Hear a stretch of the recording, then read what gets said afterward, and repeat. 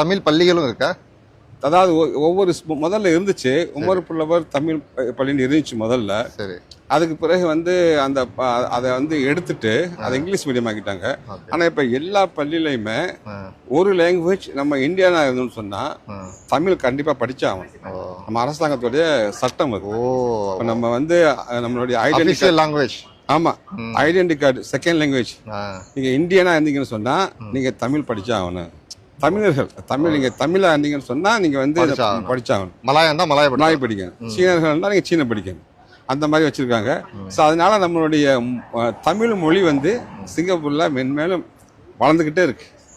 அது இப்போ வீடுகள்லாம் இப்போ நம்ம தமிழ் பேப்பர் தான் வாங்குகிறோம், பிள்ளைகளும் அதை படிக்கிறாங்க.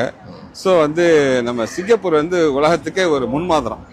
நம்ம தமிழர்களுக்கு கிடைச்ச மிகப்பெரிய அங்கீகாரம், மிகப்பெரிய பொக்கிஷம்.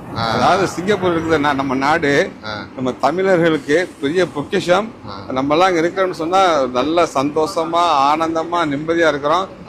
இப்போ இறைவன் இந்த நாட்டை பல்லாண்டு காலம் சீதேவி நாடாக வைக்கட்டும். நம்ம எல்லாரும் சந்தோஷமா இருப்போம்.